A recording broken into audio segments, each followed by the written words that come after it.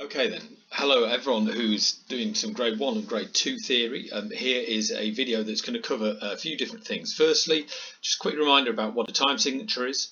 Secondly, then how to work out what time signature should be added to a piece of music.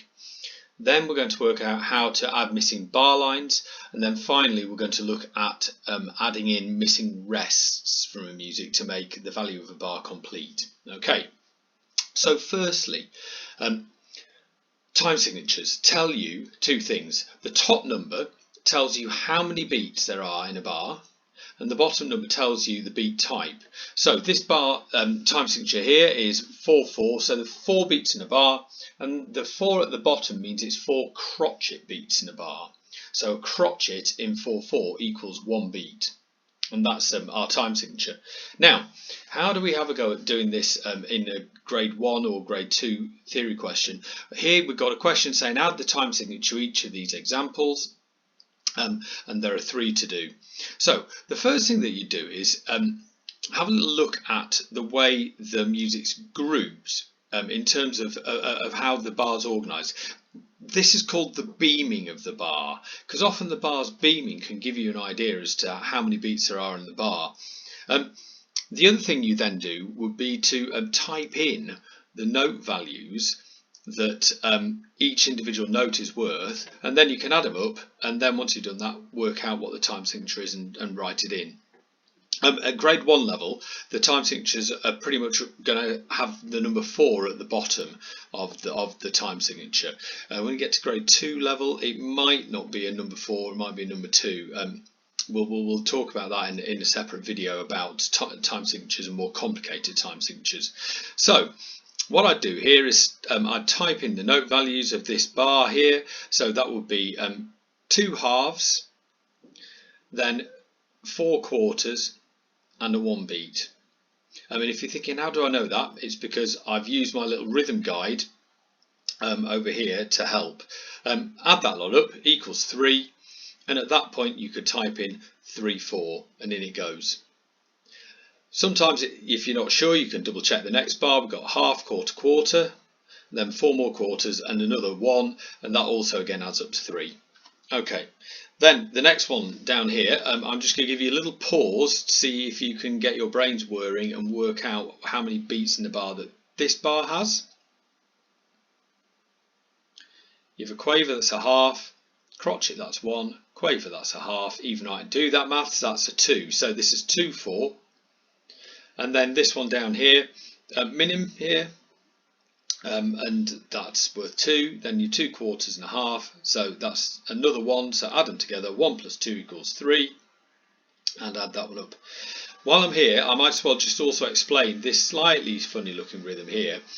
Any note that has a rhythm dot after it, which is what this one has here, that alters the value of the rhythm.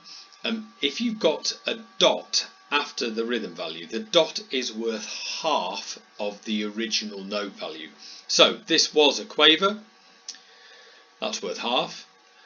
Put a dot after it, that means the dot is worth half of a quaver. So if a quaver is worth half, the dot's worth a quarter. Add them together, that gives you 3/4. You can then see with the little double beam here that you've got a semiquaver on the end, that's worth a quarter. So together this little unit here is worth 1. Okay. So this question here, slightly in reverse, what you've got here is you've got the time signature given, and you've got to work out how many where to put the bar lines. How do you work out where to draw them? Well, again, it's pretty straightforward. Same method. Write underneath each note what you think it's worth according to the time signature, then draw a bar line. So here we've got 1, half, half, 2 equals 4, and that's why there's a bar line there. Carrying on, this first one's pretty straightforward. You've got a 1, and a 2, that equals 4, so we draw a bar line. Then a 1, a 2, and a 1, that equals 4, so we draw a bar line, and then you're left with a bar of 4 at the end. Same principle applies here. This one's in 3/4. 1 plus 2 equals 3, bar line. Here we've got a minim equals 2, half, half. That's another 1, so together that's 3, in goes a bar line, and so on and so forth, and you draw in your bar lines where you need them. So that's adding in missing bar lines. Then occasionally you're asked to fill in missing rests. The rests are a little bit trickier maybe, partly because they're quite funny to draw.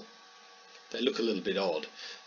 Secondly, the minim rest and the semi-brief rest are very, very similar, and it's easy to get them the wrong way around. The minim rest sits on the line, the semi-brief rest hangs off the line. It's easy to mix those two up. Again, the same idea here. It's an adding up exercise. Work out how many beats in the bar. So here's 3. Then what you need to do is you need to look at the bar that's got a rest missing from it. So what we need here is a rest or a silence in this space. If you remember from earlier, the rhythm that we had on the previous question, this is worth 3/4 of a beat, plus 1/4 equals 1. There's another 1 that equals 2. So this bar's got 2 beats in it so far. It should have in it 3. That means we're short of 1 beat, so we need to write in a crotchet rest. They're a bit hard to draw. I normally draw number 3 and then put a little flick on the top. Over here, another one to do. 3 beats in the bar, remember. 1 beat, second beat, plus 1/2 equals 2.5. So here we need a quaver rest.